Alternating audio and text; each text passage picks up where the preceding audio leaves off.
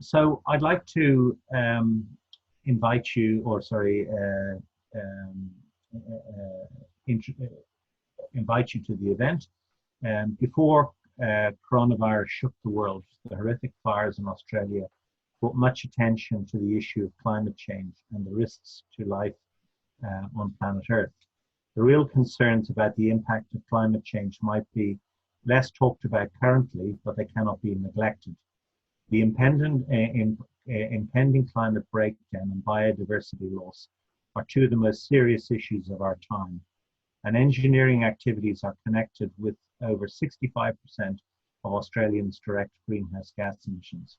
As such, engineering teams have a responsibility to actively support the transition of our economy towards a low carbon future. And we have two really excellent speakers to talk about the work of architects declare and engineers declare, and they're Carolyn Pitcock and Chris Buntine. And Carolyn's going to talk initially, and then Chris is going to go and talk.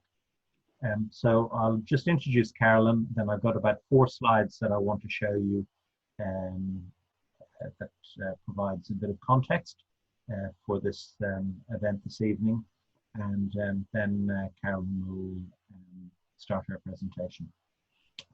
So a little bit about Carolyn Pitcock. She was born in Grafton and raised in Sydney and has been shaped by their mighty water systems. She is passionate about architecture, biophilia, and regenerative design, and she can co-create an abundant living future. Her authentic interest and experience in these approaches has been developed and enhanced through her involvement in a diverse range of professional, academic, and community commitments. In addition to her own practice and other roles, Carolyn currently enjoys include being spokesman for the Australian Architects Declare movement, which is speaking tonight, chair of 1 Million Women, chair of the AIA EDG advisory group, and a member of the AIA Climate Action and Sustainability Task Force. So I think the very fact that we're all sitting on a seminar now and not in one of the rooms in different places that we normally have our seminars in Victoria is a sign of the coronavirus epidemic that we're all encountering. And I think one of the things that we should be very proud of in Australia is that I think we've done an amazing job of flattening the coronavirus curve. The big question is whether we can put the climate wars that we've been participating for the last 10 years and beyond in, and actually do what we did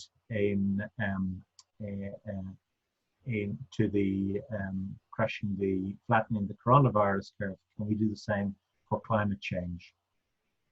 And I think for that to happen, we need to listen to the science and have bipartisan government coming together and work, get buy-in from everyone and get everyone working together. And for me, I think if we ever need to understand why we need to go and do this, we only need to go back to last summer and think about the bushfires that we all encountered. And, you know, just the sheer numbers of people who were burned out of their homes, the terrifying images that we saw, the animals trying to escape. There was over a billion animals who lost their lives. The iconic images like that one on the bottom with the boy escaping from Malakuta. And then the impact not only on people from the bushfires, but the impact in our cities. And I saw a report last week saying that the smoke from the Australian bushfires killed far more people than the fires we've done through impacting on indoor air quality. So I think we can, after the summer, we can see that Australia is on the front line of climate change and that we need to do something about that. And just obviously, you know, one of the things that the coronavirus is a zoonotropic disease, and that has come because we are not respecting the way in which we're not protecting nature. And we need to go, there's a direct correlation between protecting nature and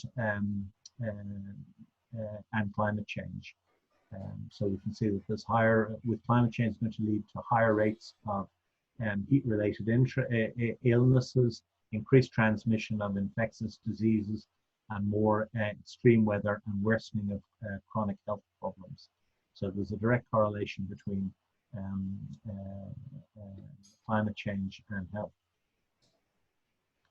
So a lot of the people who are on this call, or who are CIBSE members, are involved in the built environment, and the global impact of buildings on the built environment is significant. 20% of all water consumption, between 25 and 40% of all energy usage, between 30 and 40% of all greenhouse gas emissions, and 30 to 40% of solid waste. So there is a real need. There's a great opportunity to go and reduce the impact of buildings on the built environment. I'm now going to hand over to Carolyn, who's going to talk to you about the work of Architects Declare. Thanks, Carolyn.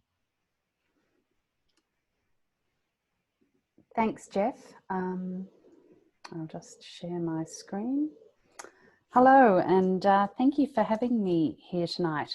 It's a great pleasure to be here, and not in person, but here.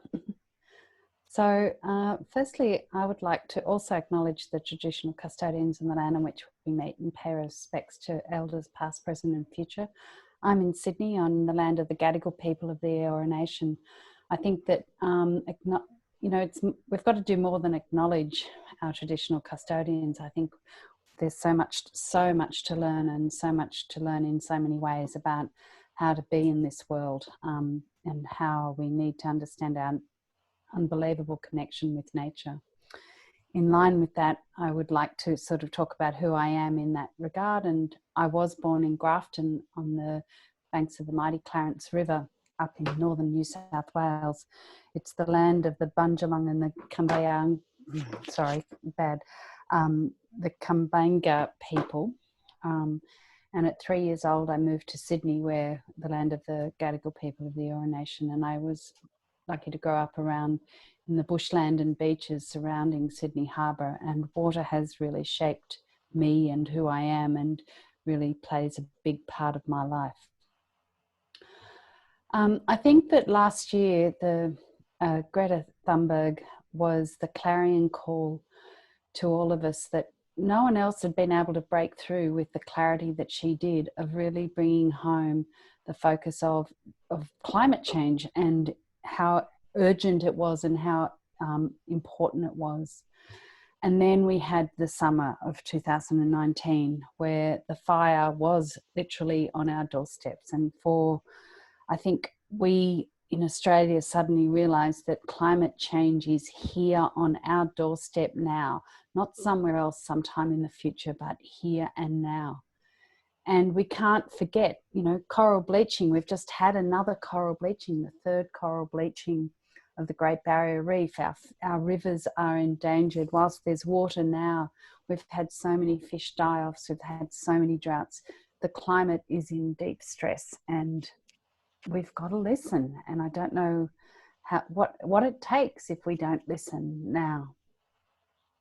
So what can architects and engineers do? But more importantly, what should architects or engineers do?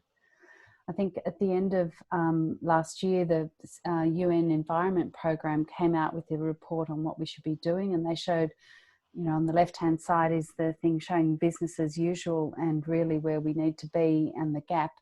And even The Economist sort of came out with probably a more visually impactful one on the right, showing the big difference between business as usual and where we need to be for 1.5 degrees. Just on the side, that we've only had a 1 degree temperature increase, and we've had the summer we've had. So 1.5 is going to be worse than this.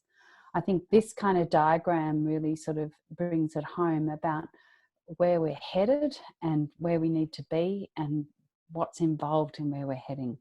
So it's kind of like, you know, we get this information, you're engineers, you know, I'm an architect. I mean, how can we get this information and not act? Because it's not like this is bullshit. This is coming from accredited scientists and people. And it's like, we get this information, we just have to act. So if you look at global CO2 emissions by sector around the world, we see that building operations are, you know, approximately 28%, building materials and construction embodied energy is about 11%. So about 38% of CO2 emissions are in our purview, and we can contribute or, you know, contribute to reducing them or not. I think it was really exciting last year to sort of get the Australian architects to declare a climate and biodiversity emergency in July last year. As of the 26th of May, we had 903 signatures. Unlike the engineers, this is a mixture of individuals and practices. So there's some individuals like myself, and there's practices with large practices of hundreds of people.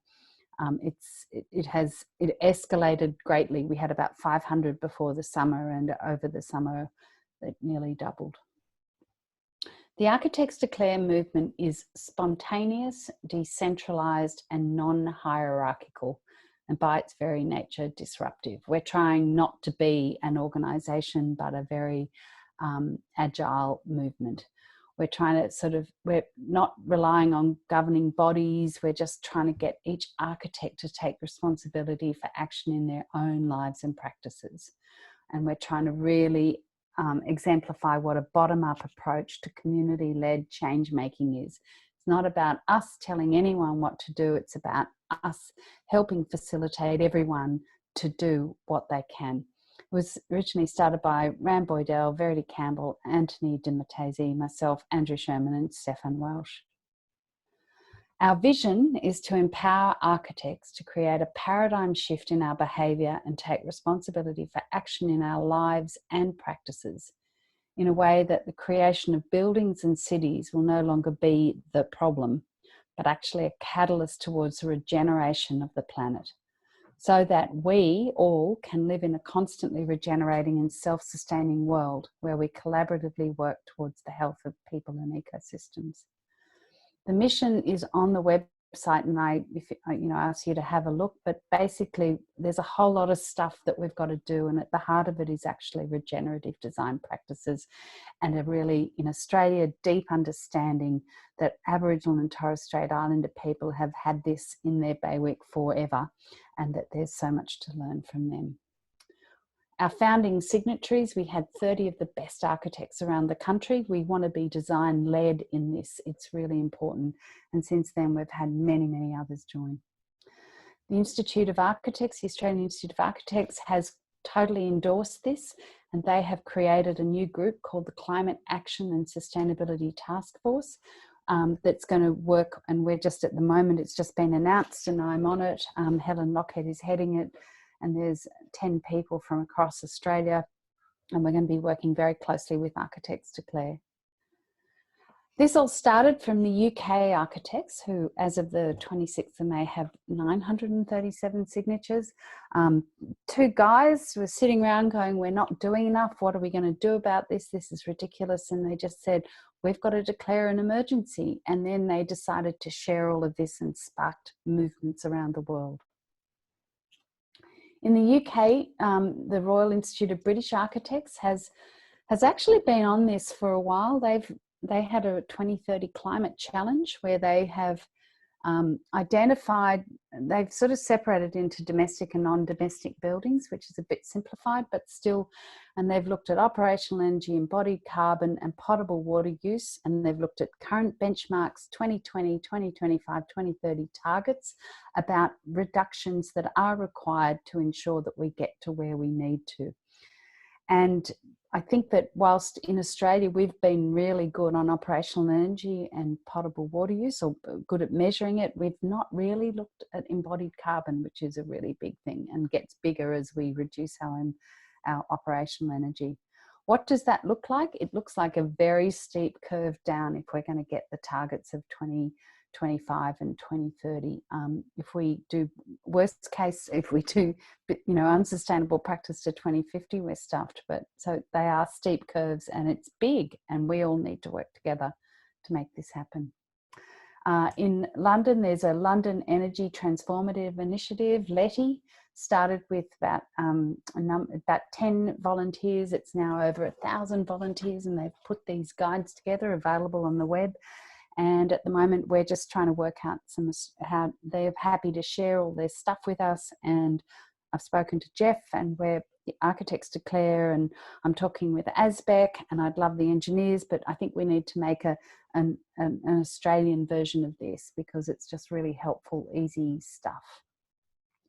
Over in England, they've also got Architects Climate Action Network, which is a group of younger architects, and they've simplified the 3 things that we need to do to decarbonise now: ecological regeneration and cultural transformation. And that actually is absolutely sort of a beautiful encapsulation of what we need to do. They've also got Architecture Education Declares, because guess what? We've got to educate people for this different future in different ways. And we will be talking with the Institute of Architects is going to be talking with a number of educational institutions, which is great. In America, they've been very on top of this. They haven't declared, but I gather they're going to declare any day now. But they have been on an urgent and sustained action. They developed up this framework for design excellence, which is a really interesting thing, of 10 different approaches with a really good toolkit on focus topics, best practices, high impact strategies, resources, projects, and a spreadsheet. And we might even try and develop some work around this for use in Australia. It'd be great to do it cross-disciplinary rather than just architecture. In Australia, we have ASBEC, which is the Australian Sustainable Built Environment Council. It's a peak body of organisations committed to sustainable, productive, resilient built environment in Australia. And we're talking with them about helping maybe develop an Australian LETI. They've been doing a lot of work on low carbon, high performance stuff, a lot of stuff you can download on their website. And last year, the Property Council and Green Building Council reduced a whole site called Every Building Counts, with a number of policy themes. I think their aims of 2050 need to be revised backwards to 2030 or 2040, but there's a lot of thinking in how to implement all of this. And then, of course, there's the Climate Emergency Declaration, which is a call to declare a climate emergency within a lot of government agencies. As of February this year, they had over 75 government jurisdictions in 26 countries, a total population of 814 million people in a climate declared places. So you can see how it's taken off, and I'm not sure what's happening in 2020. But what I'm trying to say is, we are not a minority. We are actually a majority of people who think and understand, who believe and understand we need change. And we need to galvanize that understanding and help make that change happen. So what now? Well, I think that if we go into the whole regenerative way of thinking, we understand that we are always existing within nested systems. And right at the center of that is you. And then we work outwards. And actions can be done at all of those levels. Some people have suggested that it's a waste of time for us to fret over our own carbon footprint, when what we need to do is transform industry and our change governments and our economic systems. But I just think that, and at the heart of regenerative design is you've got to change yourself. And I think that when we do that, then we are in a much better position to move outwards and change the world. Mary MacKillop, the only saint who's ever been in Australia, has this great saying: we can't do everything, but we can't do nothing, but we can do something. And we have to actually embrace that. I'm chair of 1 Million Women, and our mission is to empower millions of women to live a zero carbon life through daily choices. And it's about sort of small ones that build up and exercise your muscles, and then you get bigger and bigger, and also much stronger and better able to demand things. We've got an app and you can download it, and there's lots of ideas for what to do and tips on how to do it. 2019 was about Architects Declare, and 2020 is about Architects Act. It's been a little bit hijacked by COVID, but we're still on thing. Jeremy McLeod from Breathe Architecture in Melbourne suggested, let's just be carbon neutral. So first of all, he suggested by the 30th of January, everyone should go into 100% green energy for their practices and homes. By end of June, do a carbon audit to see what your carbon footprint of your practice is, and then by the end of the year, reduce that carbon footprint and offset it. I think we're still on track for doing that. It's a great idea, and it's an easy thing, and everyone here listening tonight can do that.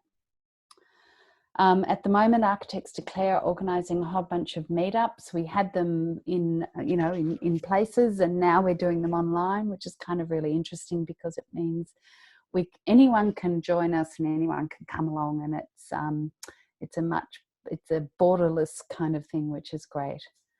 That's our new steering committee on the left, but also in New South Wales, we decided to set up a number of different task groups, and we're now sort of seeking involvement from across Australia, and we'd be happy for the engineers. Like, we've got regenerative design, we've got sustainability action plans, technical targets and tools, which I think perhaps the engineers would be happy to contribute on any of these. We've got website communications and events. We want a one-stop shop platform for signatories to find all the information they need and share ideas and events. We're trying to sort of amalgamate research, and then we also need to advocate, which is a trickier thing, but we'll be working on that. And then to add to all of the concerns of climate change and biodiversity, we had the COVID-19, which, as Jeff mentioned, is not sort of unrelated. And I think at the moment we're faced with this really interesting thing of, how to get out of here. And do we go, as business calls for, a science-based, regenerative, sustainable recovery, or do we go for a gas-based sort of fossil fuel generated one, which will lead us nowhere where we need to go?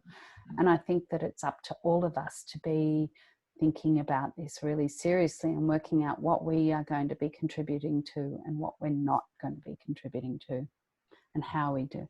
And just back to Greta, I think it's her address to the UN in September is, how dare you pretend that this can be solved with just business as usual and some technical solutions. With today's emissions levels, that remaining CO2 budget will be entirely gone within less 8.5 years. So contemplating getting back to normal and business as usual is, that's the world of madness, really. What we need is a complete remodeling of our professional culture and the systems we work within. We must challenge and redefine the value systems at the heart of our industry and education system. We seek to create an open network to share resources and knowledge to aid in this transition. And we need to concentrate on how to embrace and celebrate these new constraints and clever solutions. That's what we do well as in our professions. That's what we do. And so let's focus it in the right way. And we can't find reasons why we can't do it. The biggest thing about change, by Donella Meadows talks about, it's not about access to information or changing rules or changing controls over rules or goals. It's actually about our mindsets, and we control our mindsets. And I think, the whole moon set thing was when JFK said we're going to the moon. It wasn't easy because it was hard, but realistic goals are useful, but actually moonshot goals are transformative because you actually have to change everything you do, and then you can make really amazing leaps. And so I think the whole regenerative design idea that is inherent in our declaration happens at all scales and across all of the work that all of us do. And we need to really skill up on this and think in much more systems orientated, potential thinking, so that we work closely with making the planet better and making better buildings and better architecture and better places. I mean, it's a total win-win situation. And basically, the Declare movement is an invitation to be part of this co-creation of the regenerative future we need. And I'm sure all the children of the future will want you to be a part of it. So thank you. Well, many thanks, Carolyn, for that. Just going to go and put back in the screen.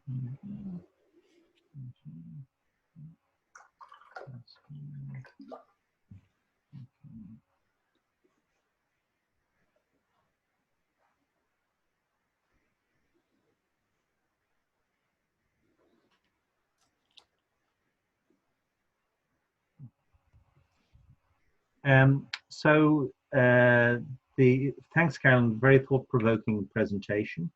And I encourage anyone, if you've got any questions for Carolyn, if you can start thinking about them and start putting them into the chat box, and we'll then Chris is going to give his presentation now, and then we'll go back, and after that we'll have a Q&A session where you can ask any questions you like. So if you've had some thoughts that have come from Carolyn's presentation, please maybe make a note of them or start putting them into the chat box.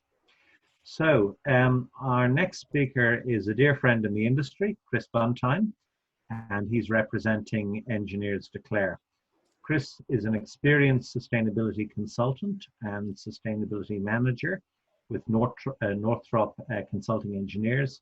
Chris brings people together within projects and industry to realize the potential that always exists in our built environment for collaborator and for the regeneration of social, ecological, and economic systems. He has been the leading collaborator and facilitator of Engineers Declare and Act since it was formed in 2019, working to build a movement that encourages engineers and engineering organizations to take action on the climate and biodiversity emergencies. So, and I'll hand over to you, Chris. Thank you. Right, thanks, Jeff. Let me share my screen.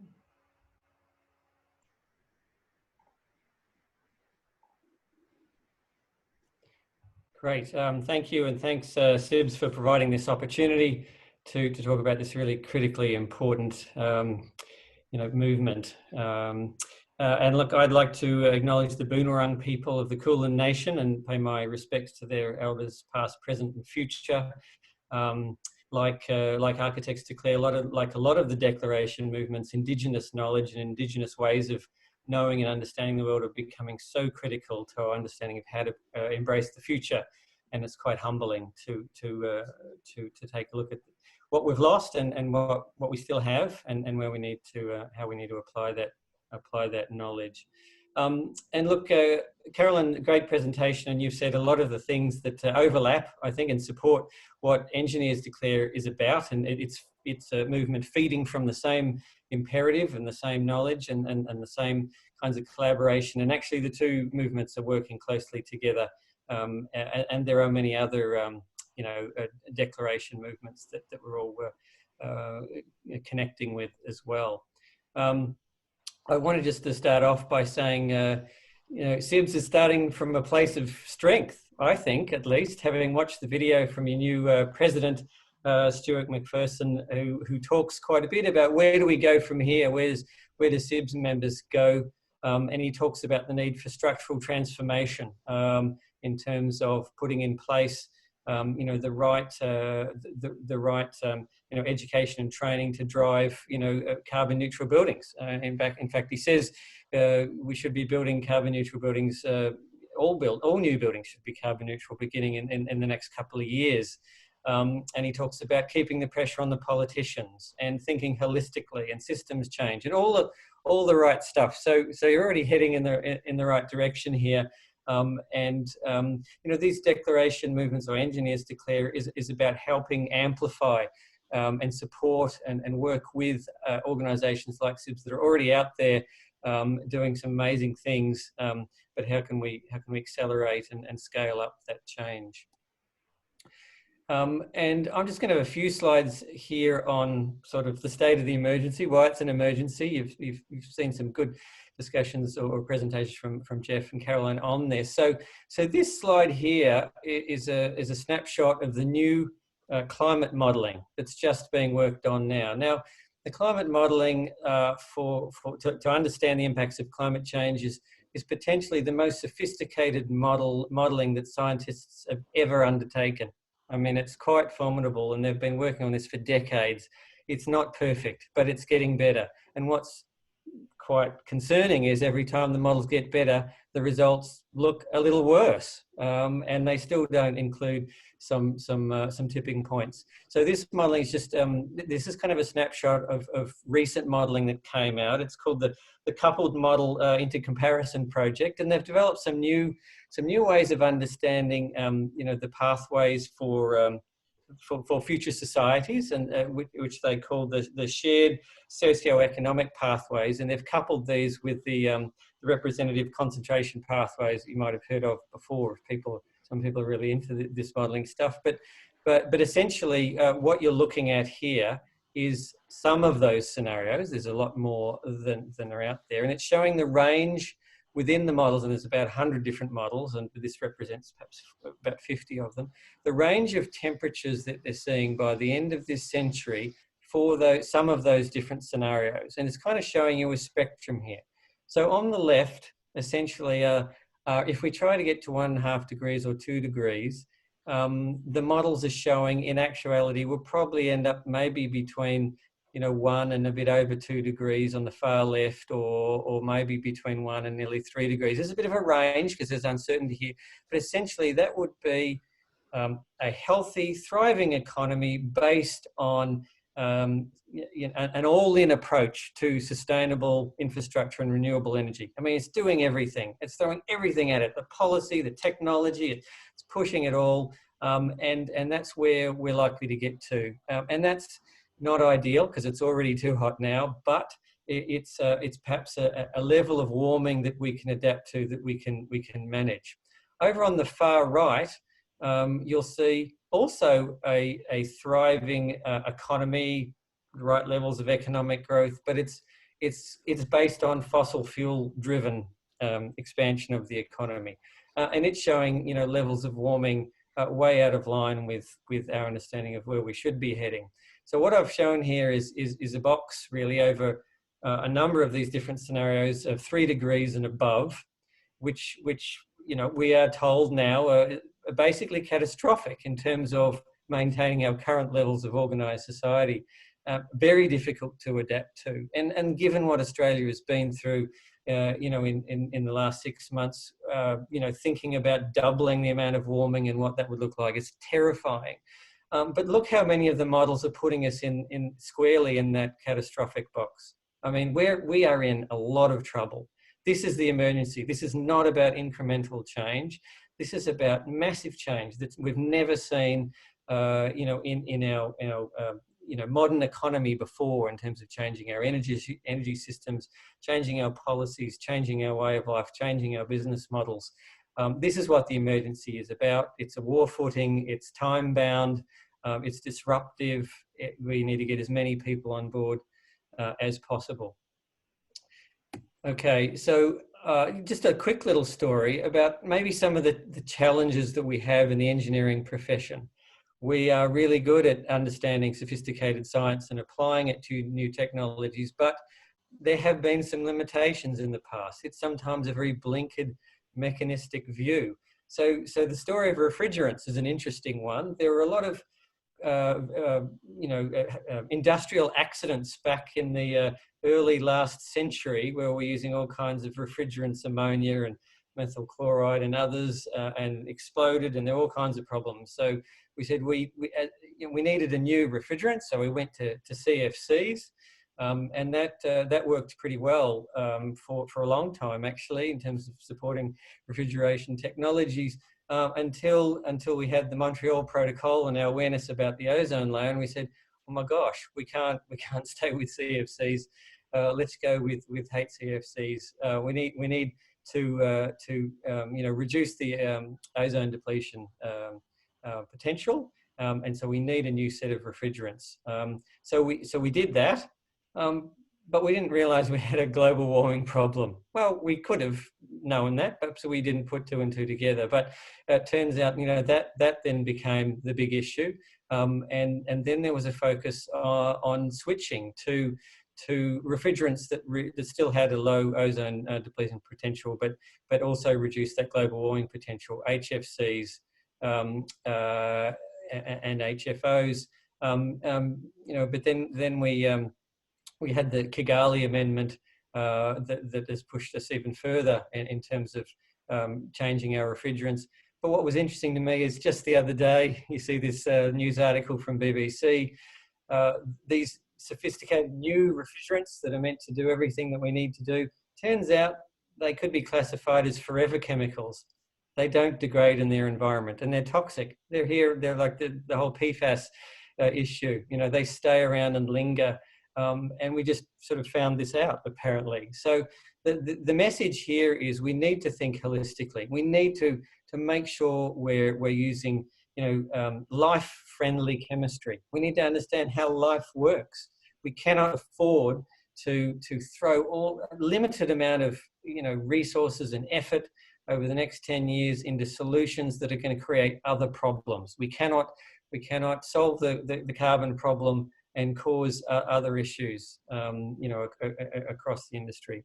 So, it's a lesson, I think, for engineers, that we need to challenge our own way of thinking. But in addition to that, we need to think about the social dimension, and this is getting a lot more discussion now around the moral imperative here of doing the right thing around carbon, because if we don't, it's going to affect many of the world's most vulnerable people. And here's a picture of Australia's vulnerable people being impacted by COVID-19, and this is nothing compared to what climate change is going to do to farmers, to people, across different industry sectors here and overseas. So we need more transparency and understanding of how buildings, technologies are linked to materials, to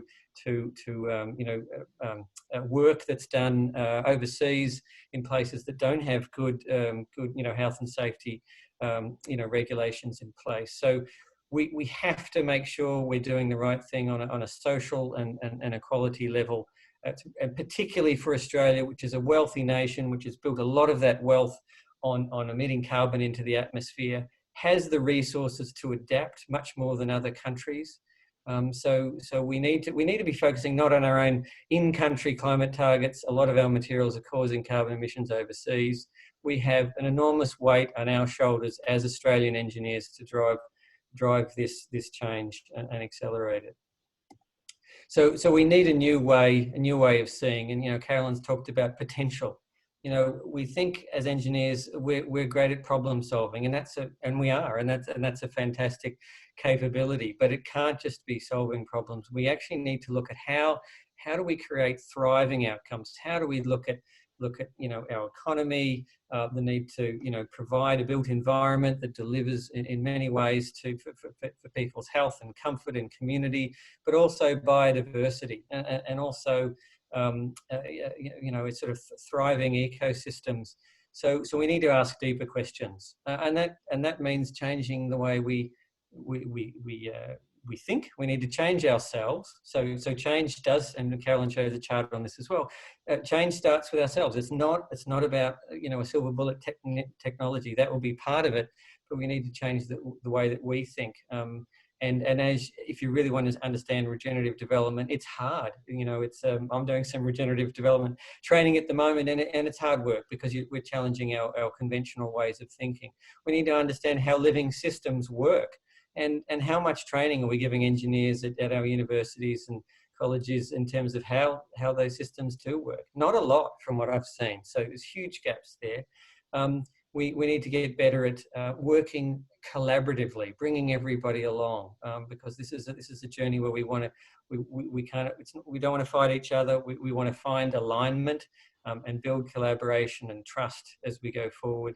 And we need to regenerate, living systems. And one of the ways to help us is frameworks for thinking about complexity. And there's lots of tools and processes out there that can help us think about living systems as they relate to projects that we're all involved in. So it's an exciting challenge, actually. This is an incredible opportunity, particularly for young engineers who are looking to see where do they throw their weight in terms of the profession. I think it can create new roles and new opportunities for massive transformation and change. So now a few slides about Engineers Declare, and we actually followed in the steps of Architects Declare in Australia, just by a few months there. But it's come from the movement in the UK, where I think building services engineers and structural engineers in the UK had signed declarations, and so that's come to Australia. Last year and early this year, people are starting to get together and say, yes, absolutely, we do need to support this. Many of our own communities have signed on to climate emergency declarations. It makes sense that engineers do that as well. So that movement is well underway, and you can go to the website, and there's a sort of an update on signatures there. We're structured a little differently in that you can sign on as an individual signatory, or as an organisation, or as a student, or as a non-engineer supporter. We actually wanted a way to engage at those different levels. The website has all of the principles around the declaration, which I think is really well articulated and certainly worth looking at. I guess the disappointing thing here is, nearly 1900s engineering signatories. It's been recently pointed out to me that there are somewhere between, say, 250,000 to 300,000 engineers in Australia. So what's going on there? There's a lot of work to be done. Look, there are some amazing people have signed on here, but there's some amazing people that haven't signed on. And we, really encourage them to sign on. It's really important that we come together, and there's not a lot of reasons for not supporting, I think, this movement. It is our movement. It's not somebody else's. We can shape it to be as effective as we want it to be. So, it's an ecosystem of individuals and organisations, and there are some amazing organisations out there doing some related work. We're not trying to duplicate what they're doing. We're pulling them in and collaborating with them and amplifying them. And look, this network, this movement will exist for as long as it's needed to support the profession. It's not about just creating, another organisation, another system. It's about filling a gap to scale and accelerate change. So the vision, it's about this rapid and just transition towards healthy and thriving communities and ecosystems, and it's about mainstreaming what we do. This is about every project incorporating this imperative around carbon, around biodiversity, around social justice. We can't afford to just get 10% of the industry doing this. We're not going to get there. So that's a big push. So just in terms of the way it's kind of structured, or the broad themes, it's about mobilisation. And this was at the World Engineering Congress earlier this year. A lot of energy in this photo, people really embracing the opportunity to come together and drive change. So it's about growing the movement to get to some of these key tipping points where most of us are involved. It's about inspiring this mindset shift. It's about developing a capability for us to take on these challenges so we know what to do. And there is, some of the feedback we're getting is declared a climate emergency. What do I do now? Well, we need to help and support those courses of action. And it's about transformation, changing the way we work, changing the way that engineering is realised on projects and in our communities. changing how engineering organisations work and value these kinds of outcomes. It's exciting because it is around new business models, new ways of thinking, new ways of providing value, finding the strategic points of intervention. It's about measurable actions. You know, we want to make sure that we can track progress. It's not enough to just wave the flag about the emergency. We need to show where we're tracking forward, and that there's a culture of accountability, and we all hold each other accountable to be able to implement these actions.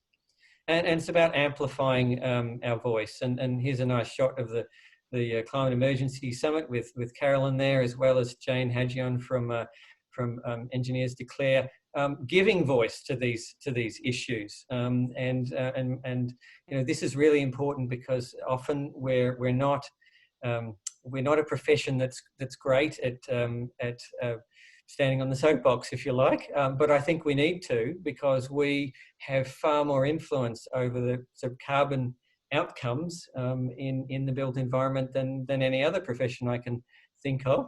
Perhaps architects are up there as well. You know, it's really important that we're at the table. We're involved in leadership discussions. We're inspiring and educating the broader society about the role of engineers. We're helping influence policy. We need to be bold and courageous on this stuff. And then just a structure to support this. And there's a lot of conversations going on about how to do this. And because it is, you know, there's a lot of engineers out there. It's complex. We're in different industry sectors. How do we support everybody in a way that moves the dial here? So essentially that's, you know, region hubs. So we've done a number of events like Architects Declare have, bringing people together in different states and across the country and having important conversations, working at what people care about, how we can support them, building connections. And we've had to obviously adapt to COVID-19 like everybody else, but we will get to a point where there'll be people connecting in person in different states as well. So this is all tracking along.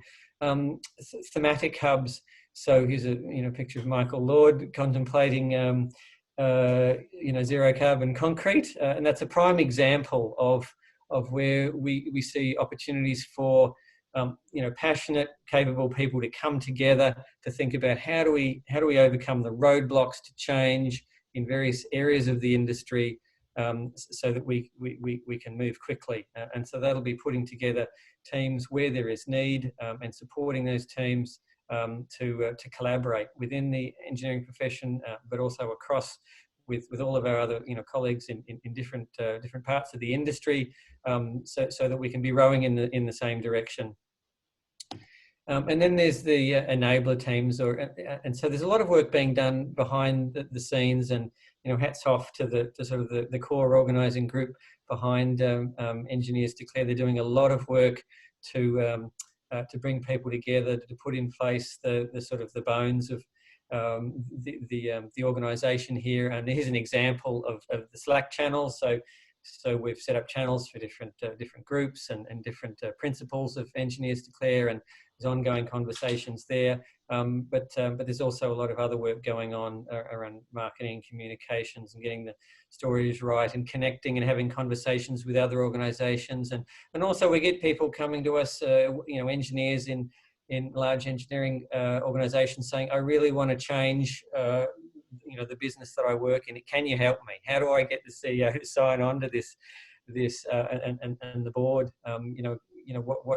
What's the right language? What's the right process? So there's a lot of that work going on as well. Here's just a snapshot. We looked at the different questions, chats that were coming up in one of the recent events to see what people were saying was important to them. And you can see, it's quite distributed here, but the key ones are public leadership and policy, and a paradigm shift in the industry practice.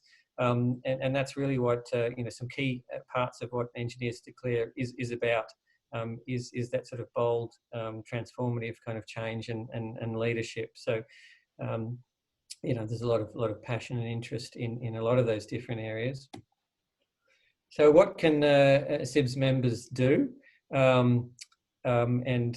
Carolyn's given some great examples as well, but I think be brave and courageous, fly that leadership flag. The science is absolutely behind us. there's a fringe debate out there about what climate change is going to look like. I think we're pretty sure we know what it's going to look like, and we don't want to end up there. So we need to bring that courage to the table in all of our projects where we see opportunity to change things within our influence. I mean, let's not be overwhelmed by this, but we all have a significant amount of influence. We need to get educated, and what's great about this current time is that we can access conferences and workshops all over the world. I mean, things that used to, workshops that used to be very expensive to attend, to fly to, pay for accommodation, they're throwing open their doors and can be accessed for free or at minimal cost now. So great opportunity to collaborate but also read. There's a lot of great books out there, a lot of good reports that are coming out from organisations that really can be very helpful in building our own capacity to understand what we need to do. Spend time in nature and bring that living systems thinking to work. I mean, that's something I'm very passionate about. I think it's a real gap in engineering, as I've mentioned. But we've all been, or many of us have been spending more time in nature during COVID-19 because we've changed our ways of working and we're seeing people out in our communities and we're connecting, we're finding new ways to understand the value of life and community and health and well-being. And that's what we're talking about, bringing that kind of health into every project that we work on.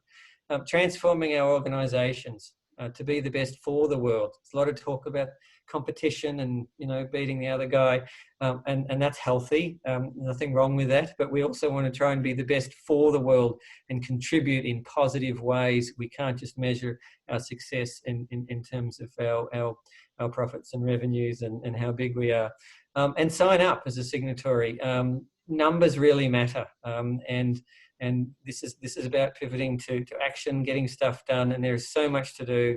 Limited time, the clock is ticking on this decade, so we really need your help.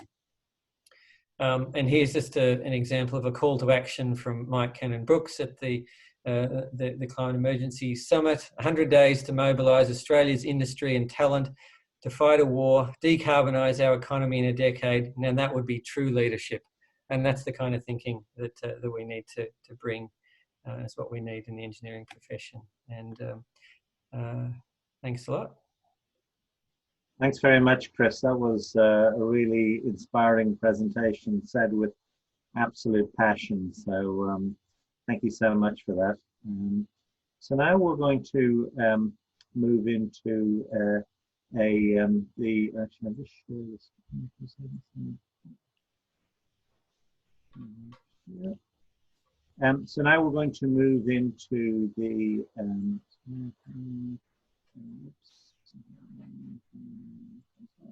okay, let's go. We're now moving into a Q&A session. We have some fantastic questions that are coming in, and I've got a couple of questions I want to ask you, and then I'll move into the list of things that are here. So I think one of the interesting things, as I was mentioning on the whole, I was interested in your thoughts on the willingness for folk in Australia to now start, particularly maybe at a political level, to sort of start embracing science and taking on board what needs to be done to go and make the necessary changes. This was an interesting week. At the beginning of the week, Angus Taylor published the government's roadmap, technology roadmap to a zero carbon future. And I would be very interested in both your comments, Carolyn and Chris, on is that the road to Nirvana or the road to nowhere? I'd be interested in your thoughts on that. I might start on that. I don't think Angus Taylor got this bit of information from Clover Moore's website at the City of Sydney, because I think she's got much better plans. Or maybe he did and he adjusted it, I'm not sure. I think that the reality is after the summer we've had and this whole COVID thing, we've got to understand that we are part of a huge group of people who understand that things can't go on as they were. And we've got to find each other, and we've got to voice our concerns, and we've got to stand up for what we think is right. I just think that the idea of going into gas and creating stranded assets, and apart from more CO2 emissions, stranded assets, like if you want to talk to your clients about why you don't do it, apart from the fact that they're destroying their children's future, it's like they're going to have stranded assets, because whilst the law might be pretty slack at the moment, it's not going to be in the future. The Europeans have got much stronger laws than us, and they are going to be putting up trade barriers to countries that aren't coming along. And we will need to be addressing that. So, I mean, for both moral and economic reasons, we need to help our clients understand that the best future is to be ahead of the game change, ahead of the changes that are coming down the line, and allowing us to help them create the right buildings and the right built environment solutions for the future.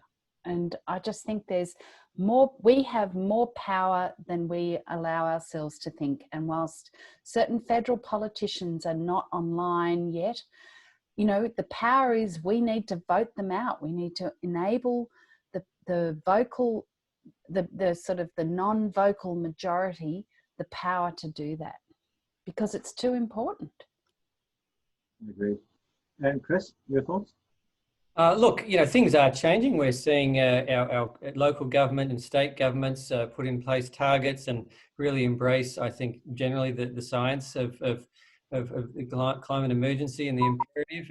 And look, we are seeing changes at the federal government level as well. Look, what I would say about the technology, investment roadmap is, look, this is great. This is an important conversation to be having. Technology is key, particularly for some hard to reach sectors where we need to be looking at, hydrogen and storage. And, you know, there are some real issues around transitioning. And I think, you know, there's a reasonable amount of thought being put into that technology, all of the different aspects of that technology development. So I would probably, and I know that there's some criticism around gas and carbon sequestration and nuclear, which, you know, I'd prefer not to see them in there, but let's just put that aside for the moment. I think what's missing, though, firstly, it doesn't talk much about the demand side management. It doesn't talk about building energy efficiency much at all. And we have a tremendous ability to influence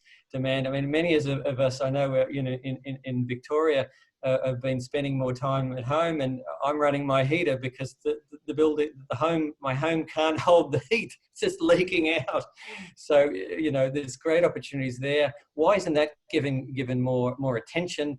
You know, building codes are very important.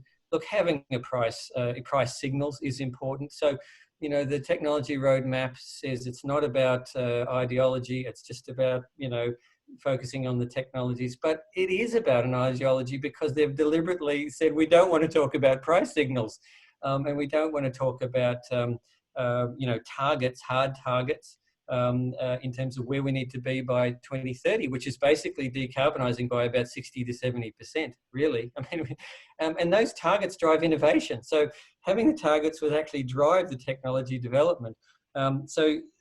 You know, there's some missed opportunities there. It needs to be a much multifaceted approach, and maybe those other pieces will come. But it's really important that government gets this right, because only government can move things at the scale and the speed that we actually need. It doesn't mean the private sector is not going to drive these things as well, but you've seen what happened during COVID-19. Who did we turn to drive change quickly? It was the government, you know.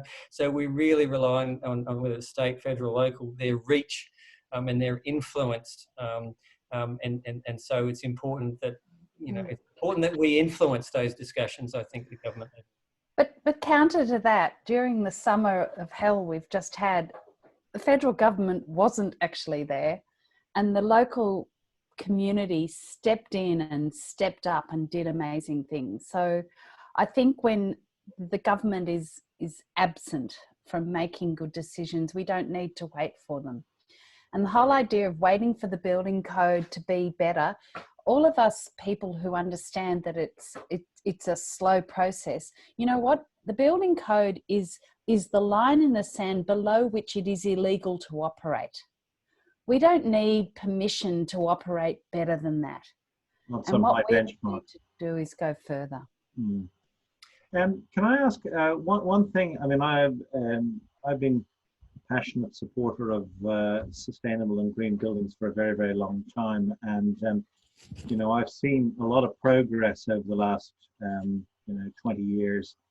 You know, neighbours coming in, and Green Star, and Passive House, and various other things like this, and it's been great to see, you know, quite architects coming aboard and you know, driving a lot of those kind of buildings. But one of the challenges that I think we need is an architecture for the climate emergency.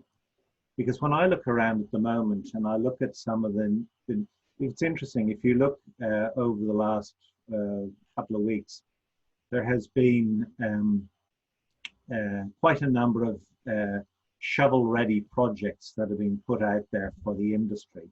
You know, ones which are ready to go, and they're large developments that are being supported to go and say, well, you know, these things are ready to go. And I've seen photographs of a lot of those buildings. And when I look at those, I don't immediately go and say, wow, these are buildings ready for the climate emergency. They are focused on the fashion that we had in the commercial building industry for a lot of glass, floor-to-ceiling glass, not much in the way of external shading. I'd be interested in your comment, Carolyn, and yours, Chris, as well, around how do we change the paradigm both within the architectural engineering profession and within, you know, the development community to look at buildings that are more appropriate to our climate and where that climate is heading to?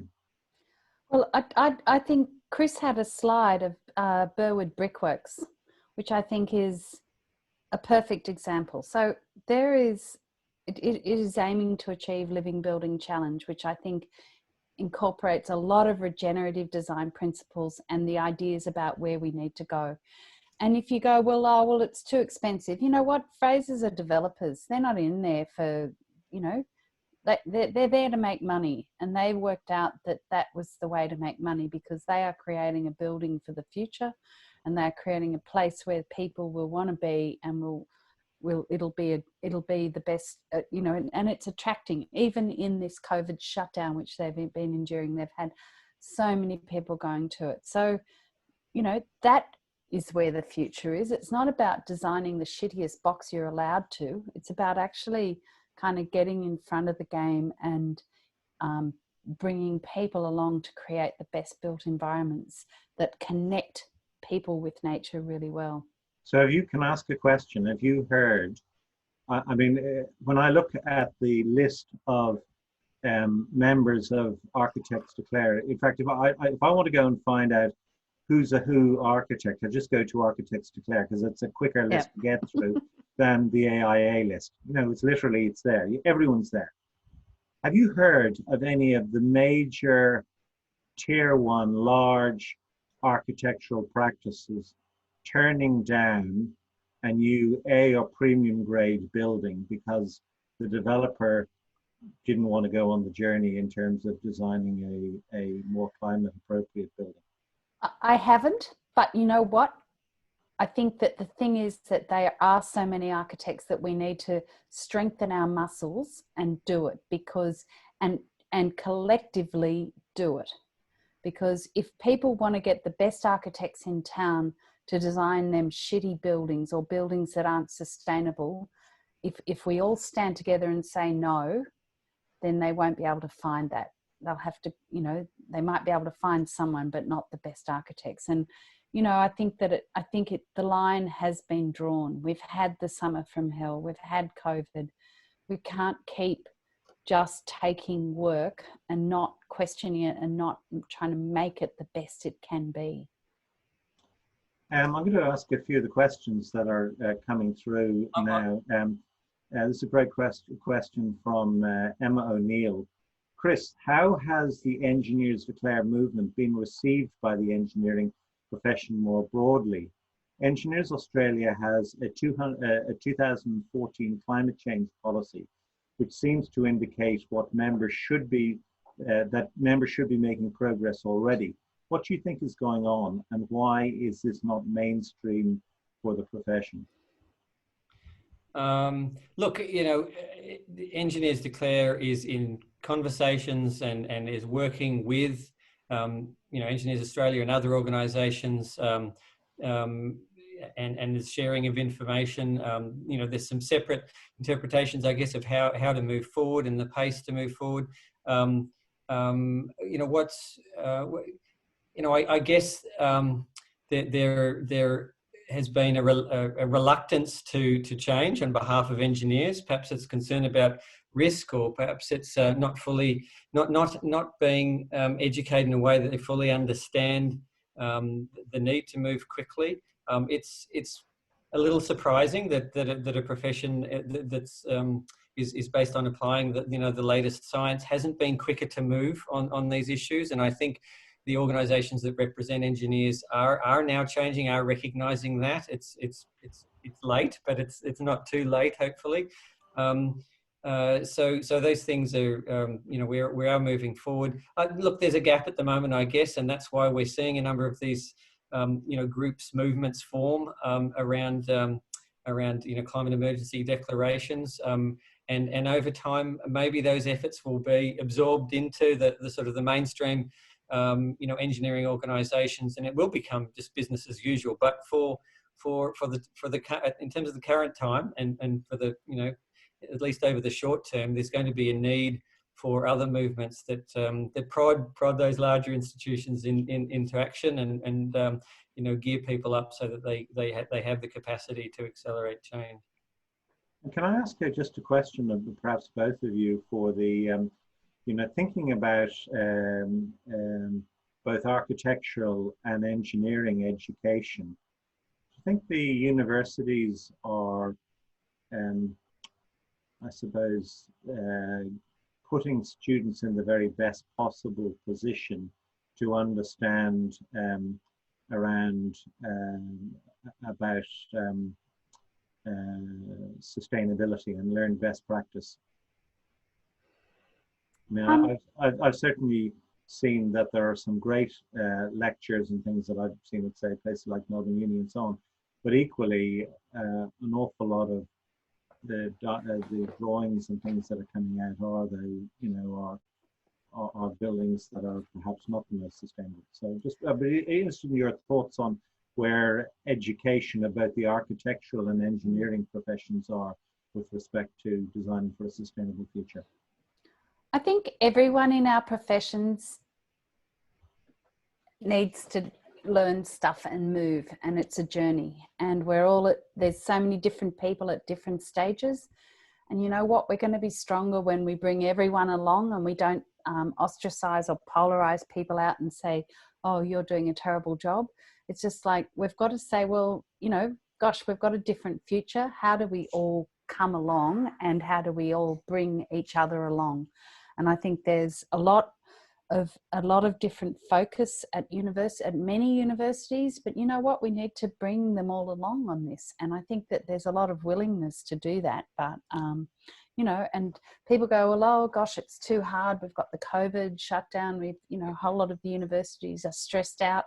Yes, they are. And you know what, maybe the profession needs to be stepping up and helping. And you know, I know over in WA they were going to offer some, the profession was going to offer some tutorials to the students about, you know, to give them some critiques and understanding of how to improve their designs. I think there's so many different ways we need to work differently in the future. And the only certainty we've got is it can't be like it has been. We've got to change, and we've got to move forward, and we've got to help each other do that.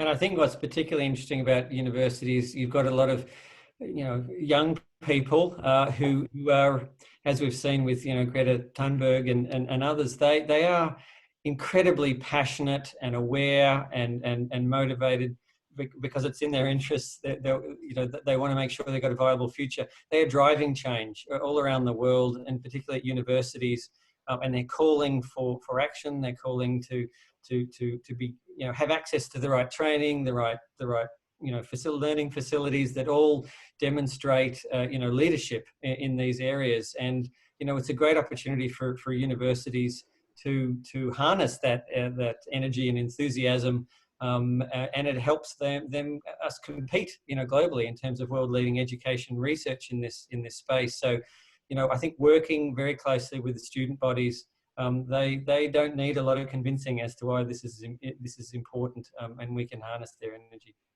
Excellent. There's a great question from David Hood. It says, Carol, an excellent presentation. How do we bring politicians on board? Do you think we have to go to civil disobedience, where masses of the public bring governments to their knees and negotiate with their citizens? Hi, Any David. thoughts on for both of you? Not sure about the massive civil disobedience. Look, I think that the Extinction Rebellion movement is doing that in quite a crafted way. I just think that there's many different ways for all of us to operate, and some of us will be comfortable with doing that and others won't.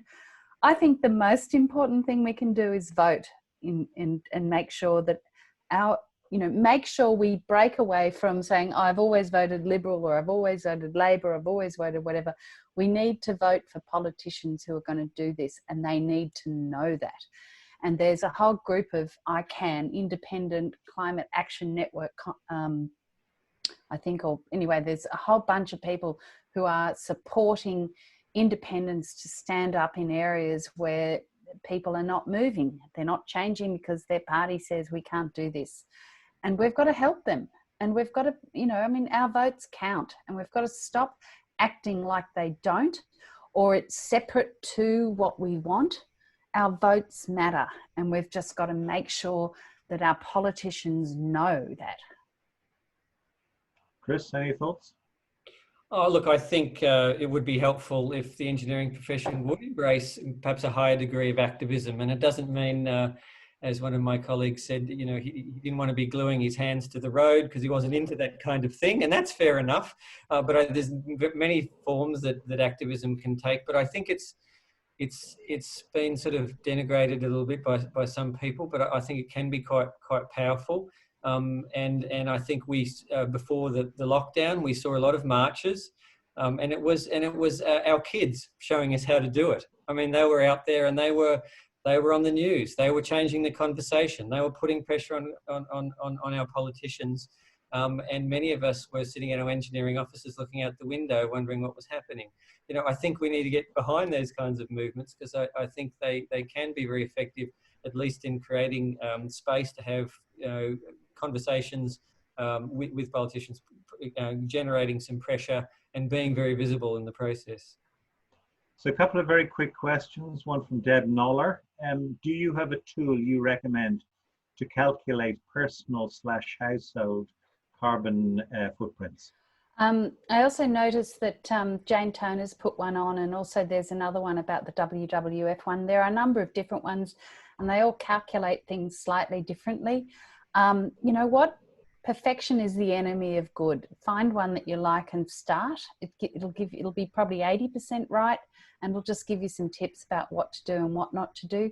Architects Declare are putting out an email pretty soon that will give a whole lot more stuff around the whole carbon accounting for individuals and practices, and we're very happy to share with Engineers Declare as well. So that should be coming out in the next week or two. And there's a really nice question here for you, Chris, which I think is right up your alley. Where was it?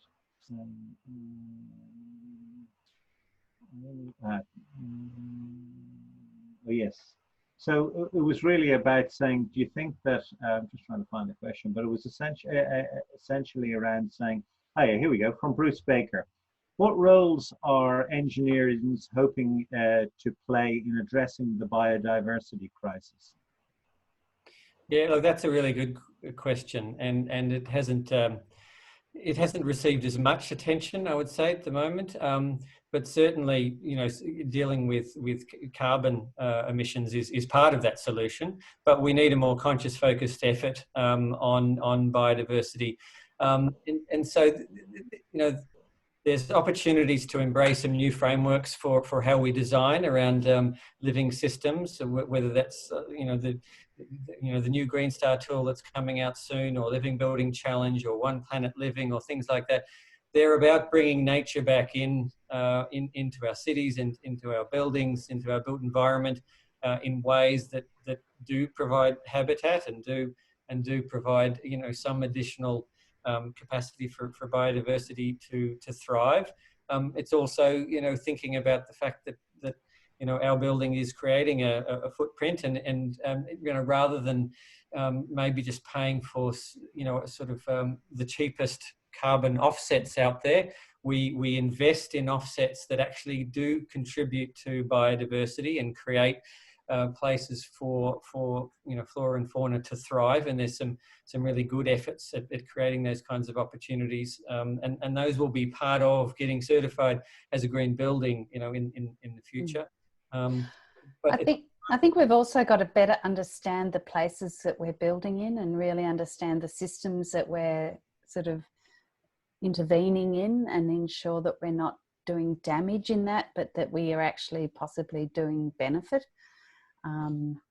You know, because that's where biodiversity can be really badly impacted if we don't really deeply understand those systems.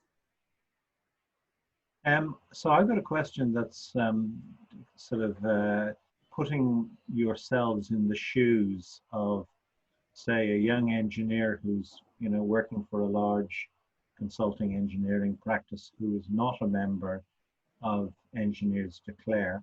Or Carolyn, if I can put it a slightly different way, given that most of the architectural profession is lined up for Architects Declare, your particular question will be a young architect who is seeing that perhaps the principles of the practice might have signed, but it's not manifesting itself in the architecture. What would you suggest to that young engineer or young architect that they should do in their day-to-day work to, well, influence their organizations to make to change the way in which they do things for a lower carbon future? Perhaps they can start by volunteering to those partners who've signed up to say, hi, I'm here to help because I'm really enthusiastic about what you've done, and I really want to help this practice, you know, as the architect of the future, I really want to help you do the best you can. So what can I do?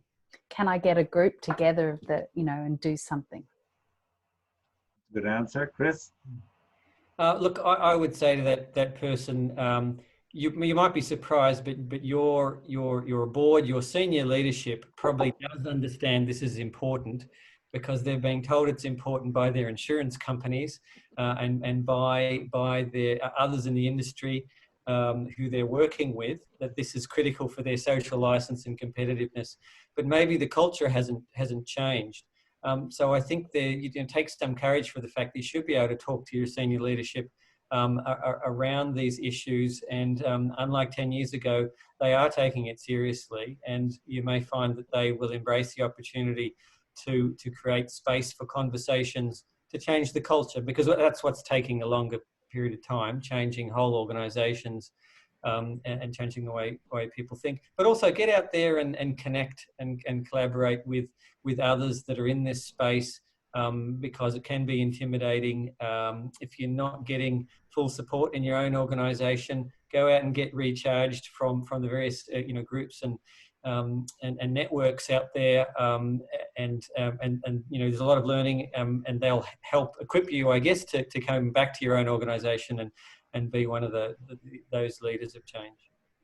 Well, look, I'm just conscious of time now. We're nearly down to 7:30, so I'm going to just ask one thing of you both, to say, your thoughts on maybe having, I mean, I think it's been such a lovely evening to having both of you talking with such passion about Architects Declare and Engineers Declare. Are you envisaging some joint events together? Because I think that's, you know, great buildings are best designed with architects and engineers who are, you know, aligned and working with purpose.